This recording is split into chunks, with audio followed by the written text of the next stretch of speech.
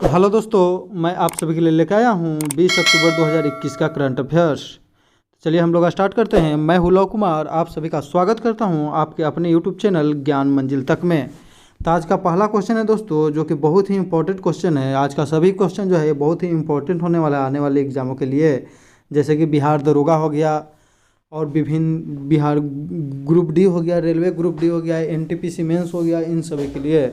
तो पहला क्वेश्चन है दोस्तों कि सी है, सौर अन्वेषण उपग्रह को हाल ही में किस देश ने लॉन्च किया है? तो इसको लॉन्च किया है दोस्तों, तो इसको लॉन्च किया है चीन ने। कौन लॉन्च किया है दोस्तों? तो चीन। तो जो है सौर का अन्वेषण यानी सूर्य का अन्वेषण करेगा, तो इसका नाम रखा गया है तो सी है। तो सौ से सूर्य, सौ से सी है। कौन लॉन्च किया है? तो चीन ने, याद रखिएगा। अमेरिका जो है सौर मिशन के लिए लॉन्च किया था तो और पार्कर सोलर प्रोब ये सूर्य के सबसे नज़दीक जाएगा और वहाँ से अध्ययन करेगा दोस्तों, याद रखिएगा। अगर कोई पूछता है कि सूर्य के सबसे नज़दीक कौन सा जाएगा, तो ये है पार्कर सोलर प्रोब। तो चीन ने लॉन्ग मार्च 2D रॉकेट से अंतरिक्ष में अपना पहला सौर अन्वेषण उपग्रह सफलतापूर्वक लॉन्च किया है। उपग्रह का नाम सीहे रखा गया है। इसका अर्थ है सूरज की देवी, जिन्होंने प्राचीन चीनी पौराणिक कथाओं में कैलेंडर बनाया था। चीन की राजधानी की बात करें दोस्तों, तो इसकी बीजिंग मुद्रा है, रेमेनबी है, याद रखिएगा। मुद्रा क्या है? तो रेमेनबी है। चीन का मुद्रा युआन भी है, याद रखिएगा, युआन। राष्ट्रपति कौन है यहाँ पर? तो शी जिनपिंग। प्रधानमंत्री है ली केकियांग, याद रखिएगा, ली केकियांग है दोस्तों। ये सब बहुत ही महत्वपूर्ण क्वेश्चन है दोस्तों, आप लोग ध्यान में रखिएगा। चीन के द्वारा मंगल ग्रह पर हाल ही में कौन सा रोवर भेजा गया है? तो झुरॉन्ग। कौन है? तो झुरॉन्ग, याद रखिएगा। अमेरिकी अंतरिक्ष एजेंसी नासा ने मंगल ग्रह पर हाल ही में जो है परसिवरेंस रोवर को भेजा है। यह रोवर मंगल ग्रह के भूमध्य रेखीय मार्टिन क्रेटर पर लैंड हुआ, जिसे जजैरो क्रेटर भी कहते हैं। कहाँ पर लैंड हुआ है? तो मार्टिन क्रेटर, जिसका नाम क्या है एक और? जजैरो क्रेटर कहते हैं, तो याद रखिएगा। नासा के द्वारा ही इंजेन्यूटी हेलीकॉप्टर को मंगल ग्रह पर उड़ाया गया। यह पृथ्वी के अलावा अन्य दूसरे ग्रह पर किसी भी मशीन का पहला उड़ान है। अगर कोई आपसे क्वेश्चन पूछता है दोस्तों कि पृथ्वी के अलावा अन्य ग्रह पर कोई भी मशीन मानव निर्मित कौन ग्रह पर उड़ा है, तो मंगल ग्रह पर उड़ा है। उसका नाम क्या है? तो इंजेन्यूटी। क्या नाम है? तो ये हेलीकॉप्टर है। क्या है दोस्तों? तो हेलीकॉप्टर है, मंगल ग्रह पर उड़ान भरा है। ये भी नासा के द्वारा भेजा गया है। भारत में अपना मंगल मिशन 2014 ईस्वी में पहुंचा था। 2013 में उसको छोड़ा गया था। 10 महीने के लंबे समय के बाद वो 2014 में पहुंचा था, याद रखिएगा दोस्तों। यूएई का मंगल मिशन का नाम क्या रखा गया? तो हॉप मिशन, याद रखिएगा। ये भी बहुत इंपॉर्टेंट है, हॉप मिशन।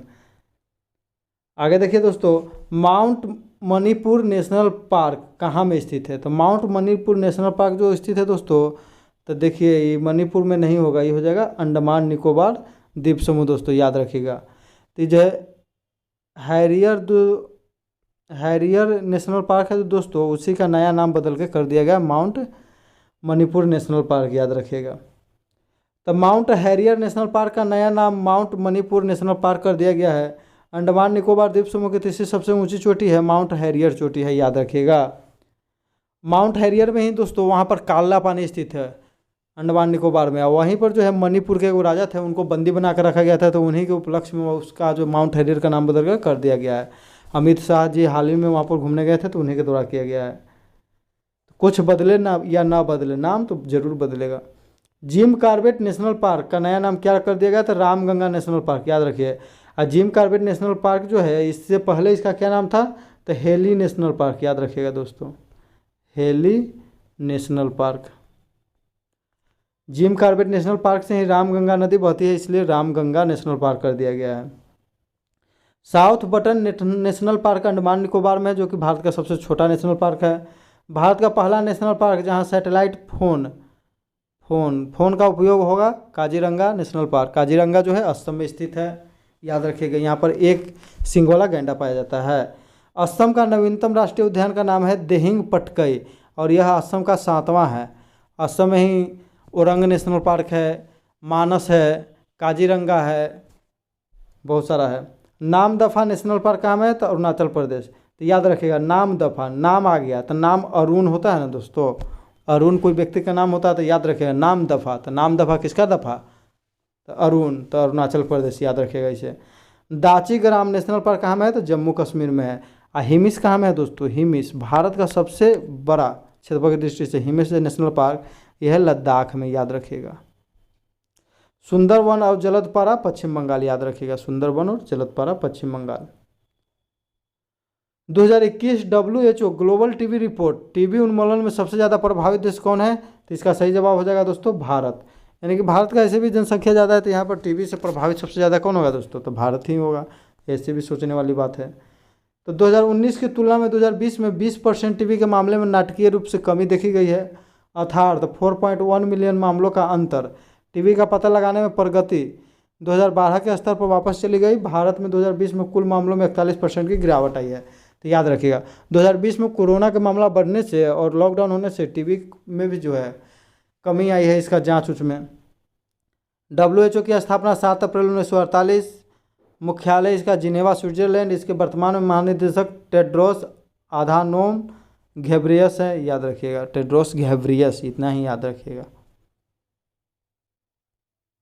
हाल ही में देश में पहली बार ship to ship LPG operation किस बंदरगाह पर किया गया, यानी कि LPG जो गैस होता है दोस्तों इसमें ब्यूटेन और प्रोपेन रहता है। LPG अगर खुल जाएगा तो BP बढ़ जाएगा, तो ब्यूटेन और प्रोपेन रहता है और इसमें मिथाइल मरकप्टल मिलाया जाता है सूंघने के लिए। तो किस बंदरगाह पर जो है शिप से शिप में भरा गया है LPG गैस, तो इसका सही जवाब हो जाएगा दोस्तों श्यामा प्रसाद मुखर्जी बंदरगाह, याद रखिएगा श्यामा प्रसाद मुखर्जी बंदरगाह। यह कहाँ में है दोस्तों, तो श्यामा कलकत्ता बंदरगाह का नया नाम कर दिया गया है श्यामा प्रसाद। कलकत्ता बंदरगाह का नया नाम बदल कर दिया गया है तो श्यामा प्रसाद मुखर्जी बंदरगाह। दीनदयाल उपाध्याय बंदरगाह किस बंदरगाह का नया नाम है दोस्तों, तो यह कांडला बंदरगाह जो कि गुजरात में है, याद रखिएगा। जवाहरलाल नेहरू पोर्ट कहाँ में है, तो महाराष्ट्र में है।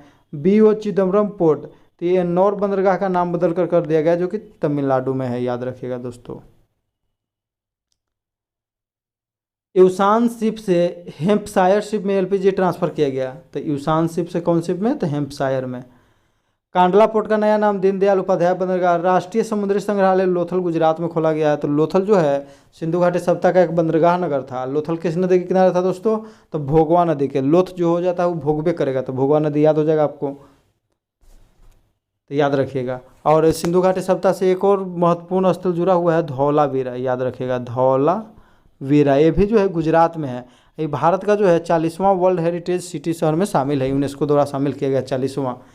जबकि 39वां कौन है, तो रामप्पा मंदिर है, काकतीय रुद्रेश्वर मंदिर जिसका एक और नाम है, तेलंगाना राज्य में स्थित है रामप्पा। भारत के बैलिस्टिक मिसाइल ट्रैकिंग शिप का नाम है INS ध्रुव, याद रखिएगा भारत के बैलिस्टिक मिसाइल ट्रैकिंग शिप, माने बैलिस्टिक मिसाइल को ट्रैक कर लेगा, तो INS ध्रुव। हाल ही में किस देश के रिट वर्ग संग्रहालय में भारतीय कला अनुसंधान केंद्र की स्थापना की गई, अति महत्वपूर्ण क्वेश्चन, यानी कि अति महत्वपूर्ण सवाल है दोस्तों जो कि आपके एग्जाम में पूछा जा सकता है। यानी किस देश के रिट वर्ग संग्रहालय में भारतीय कला अनुसंधान केंद्र की स्थापना की गई है, तो इसका सही जवाब हो जाएगा दोस्तों स्विट्जरलैंड, याद रखिएगा स्विट्जरलैंड। तो स्विट्जरलैंड की जो दोस्तों है ज्यूरिख के, वहीं पर ही जो है संग्रहालय है, उसी में जो है भारतीय कला अनुसंधान केंद्र की स्थापना किया गया दोस्तों, याद रखिएगा। बहुत ही VVI क्वेश्चन है। रिट वर्ग संग्रहालय में भारतीय कला अनुसंधान केंद्र का निर्माण किया गया। इसका उद्देश्य कला क्षेत्र में आपसी सहयोग को बढ़ाना है। फीफा का मुख्यालय ज्यूरिख स्विट्जरलैंड में है। फीफा का मुख्यालय कहाँ है, तो ज्यूरिख स्विट्जरलैंड। 2018 का फीफा वर्ल्ड कप कहाँ में हुआ था दोस्तों, तो ये हुआ था रूस में, और जीता था फ्रांस, जो जीता था क्रोएशिया को हराकर। 2022 में कहाँ होगा दोस्तों, तो ये हो जाएगा कतर में। कतर की राजधानी है दोहा, यहाँ पर होगा, याद रखिएगा। अब प्रथम 1930 में हुआ था। हाल ही में कौन, उरुग्वे में हुआ था प्रथम बार। हाल ही में कौन भारत की 21वीं महिला ग्रैंड मास्टर बन गई है, तो 21वीं ग्रैंड मास्टर महिला बन गई है तो दिव्या देशमुख है। तो दिव्या देशमुख बन गई है। दिव्या देशमुख नाम में लगा हुआ है तो समझ लीजिए कहाँ के है, तो महाराष्ट्र, याद रखिएगा। तो ये 21वीं महिला ग्रैंड मास्टर बनी है दोस्तों। और प्रथम महिला कौन थी, तो S विजयलक्ष्मी नाम था उनका, वो प्रथम महिला थी। कोनेरू हम्पी का समाज जो है ये क्या है, तो ये भी इनका भी शतरंज खेल से संबंधित है और बहुत चर्चित खिलाड़ी रही है।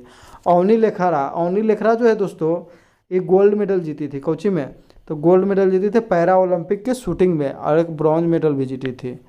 और समापन समारोह में जो है भारत की तरफ से ध्वजवाहक के रूप में यही थी अवनी लेखारा।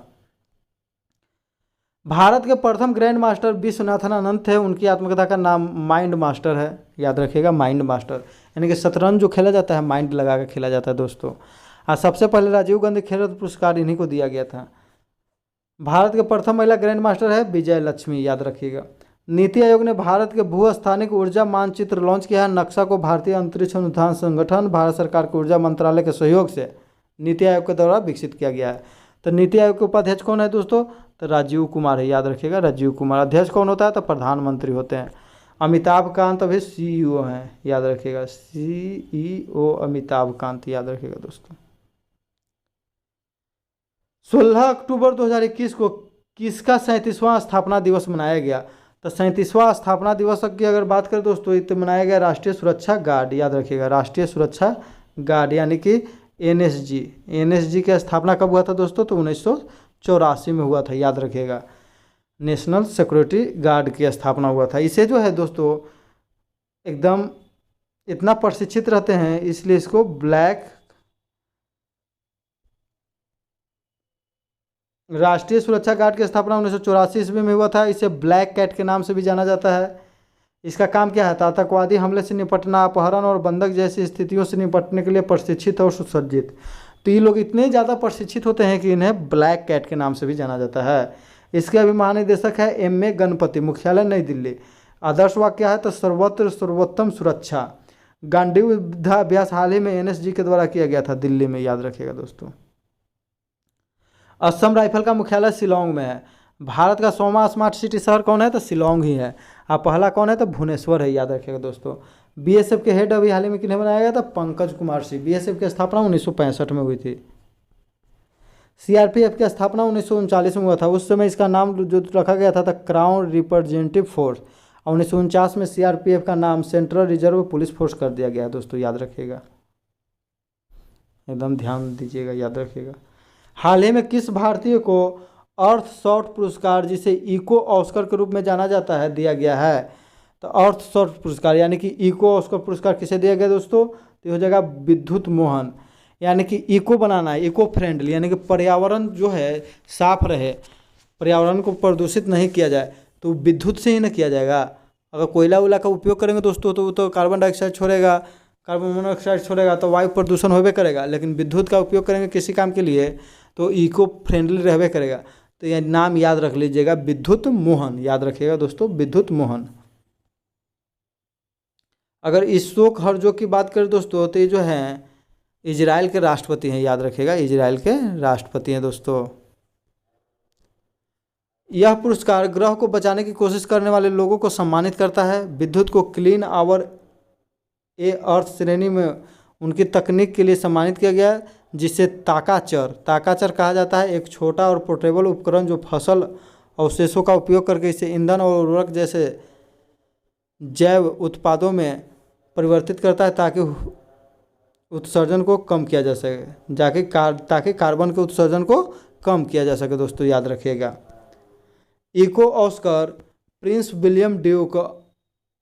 विलियम और ड्यूक ऑफ कैम्ब्रिज और प्रसिद्ध ब्रिटिश इतिहासकार डेविड एटनबरो द्वारा 2020 में स्थापित पर्यावरण पुरस्कार है, जिसे 2021 से 2030 तक चला प्रत्येक वर्ष 5 विजेताओं को सम्मानित किया जाएगा, याद रखिएगा। तो ये 5 विजेताओं में से एक भारतीय है, कौन है? तो विद्युत मोहन।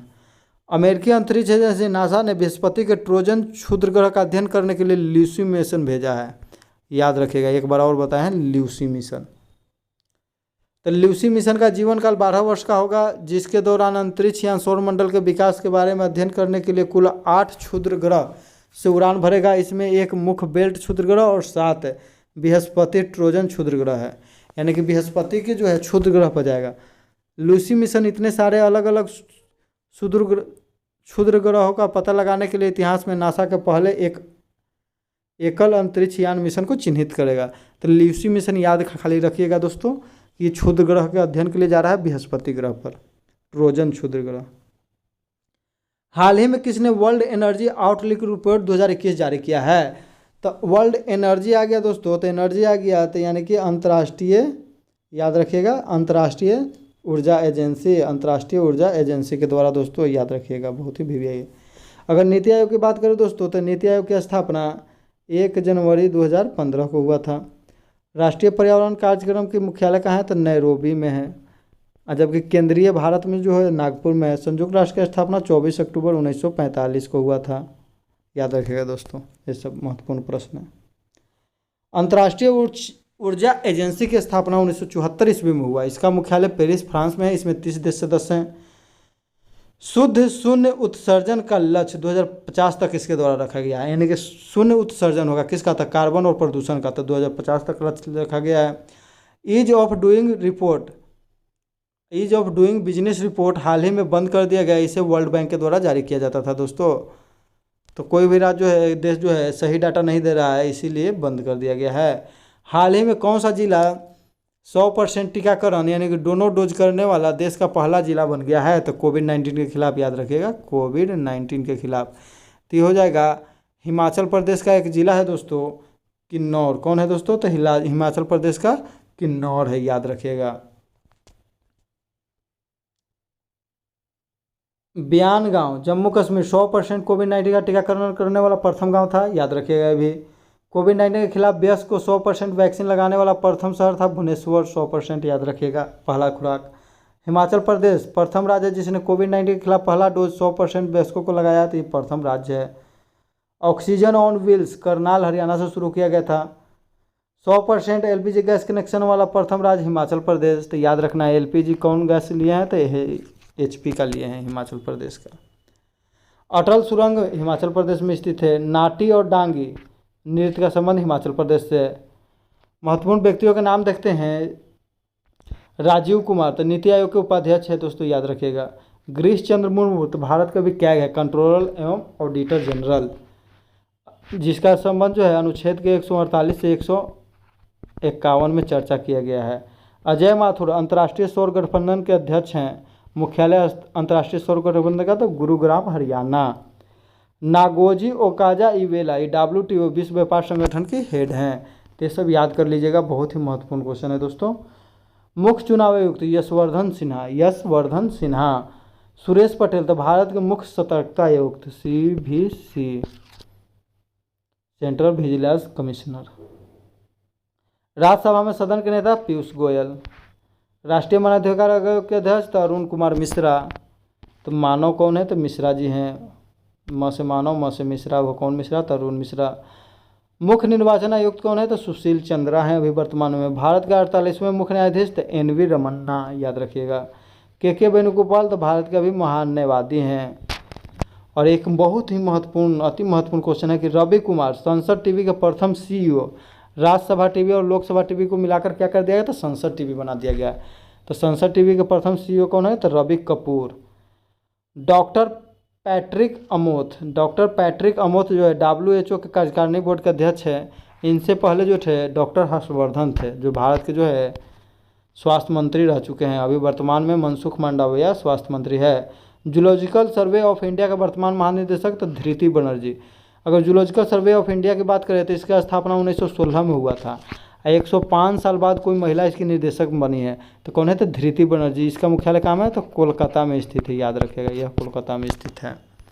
कल का क्वेश्चन था दोस्तों कि IPL 2021 में पर्पल कैप का खिताब किसने जीता, तो उसका सही आंसर था हर्षल पटेल। हर्षल पटेल किस टीम से संबंधित है, तो रॉयल चैलेंजर बेंगलोर। इन्होंने कितना विकेट लिया दोस्तों, तो 32 यानी कि 32 विकेट, याद रखिएगा दोस्तों। और इनसे पहले भी ड्वेन ब्रेवो एक बार 32 विकेट लेकर पर्पल कैप खिताब जीत चुके हैं, तो इनका बराबरी कर लिए हैं। IPL में एक सीजन में सबसे अधिक विकेट लेने वाले खिलाड़ी हैं, 32 विकेट, हर्षल पटेल एवं ड्वेन ब्रेवो। तो सही उत्तर देने वाले लोग हैं, उनका आज नाम छूट गया दोस्तों, कोई बात नहीं। KIT2007 पृथ्वीराज, सलोनी कुमारी, श्वेता वर्मा, इन सभी को ढेरों सारी शुभकामनाएं, और इत्यादि बहुत सारे लोग हैं, छूट गया है। आज का क्वेश्चन रहेगा दोस्तों, जिसका आप लोग जवाब दीजिएगा कमेंट करके कि IPL 2021 में ऑरेंज कैप का विजेता कौन सा खिलाड़ी है और उनका संबंध किस टीम से है। यानी कि ऑरेंज कैप कौन जीता है और उनका संबंध किस टीम से है दोस्तों। तो ये आप लोग जवाब दीजिएगा कमेंट करके। इसी के साथ हम अपना वीडियो समाप्त करते हैं दोस्तों। वीडियो अच्छा लगे तो लाइक कर दीजिए, शेयर कर दीजिए और सब्सक्राइब कर लीजिए। धन्यवाद। जय हिंद, जय भारत, वंदे मातरम दोस्तों।